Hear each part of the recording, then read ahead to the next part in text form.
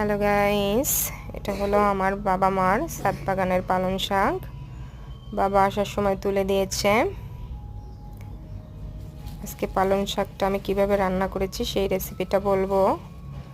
একদমই সহজ পদ্ধতিতে রান্না করেছি, সিম্পল রান্না, তেমন মশলাপাতি দিতে হবে না। এই যে তেল গরম হয়ে গেছে আমার কড়াইয়ে, দিয়ে দিলাম শুকনো মরিচ ফোড়ন, আর তার সাথে দিয়ে দিলাম পেঁয়াজ কুচি, রসুন কুচি। পেঁয়াজ রসুন কুচিটা আমি একটু ভেজে নিব। পালং শাকটা আমি ভালো করে ধুয়ে কেটে নিয়েছি। পেঁয়াজটা আমার ভাজা হয়ে এসেছে, দেখুন একটু মজে গেছে। এখন আমি পালং শাকগুলো দিয়ে দিলাম। এখন দিয়ে দিলাম পরিমাণ মতো লবণ, দিয়ে দিলাম পরিমাণ মতো হলুদের গুঁড়া। এখন ভালো করে আমি নেড়েচেড়ে মিশিয়ে নিব। ঢাকা দিয়ে দিলাম যাতে ভালো করে সেদ্ধ হয়ে যায়। দেখুন জল উঠে আসছে।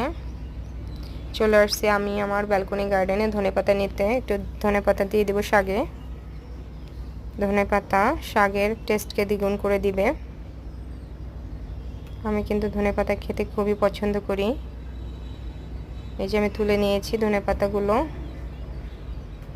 অনেকে আছে যে ধনেপাতা খেতে পছন্দ করে না, যারা পছন্দ করেন না তারা দিবেন না। আমার শাক প্রায় সেদ্ধ হয়ে এসেছে।